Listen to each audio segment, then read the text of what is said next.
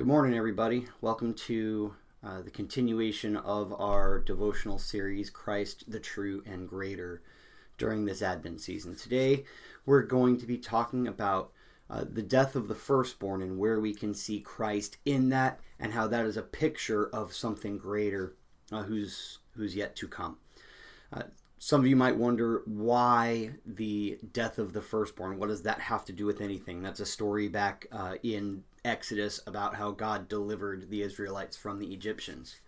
Well, there's a couple things that are at play here, but first we want to go to Colossians 1.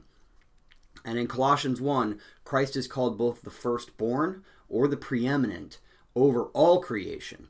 And he's also called the firstborn from the dead in that he's raised never to die again. We also know Christ is the firstborn of Mary, the only begotten, monogenes in Greek, the only begotten Son of God. And so there's a lot of firstborn language that happens there.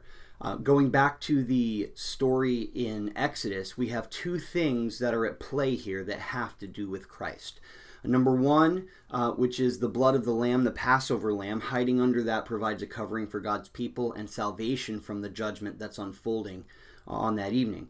But the second is that it is the firstborn who dies on that night.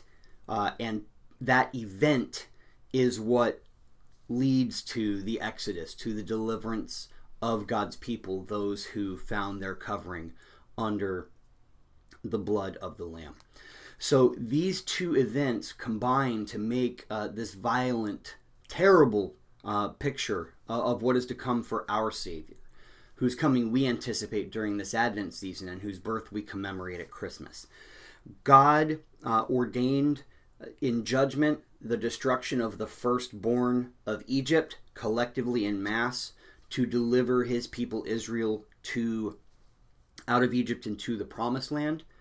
And just like he did that then, he also, in his wisdom and his glory and his goodness, ordained the firstborn of Israel, Christ, to die in order that God's people might be redeemed and taken to the greater Promised Land, the one that is yet to come, the arrival of which we eagerly wait when Christ returns to reunite us to himself once for all.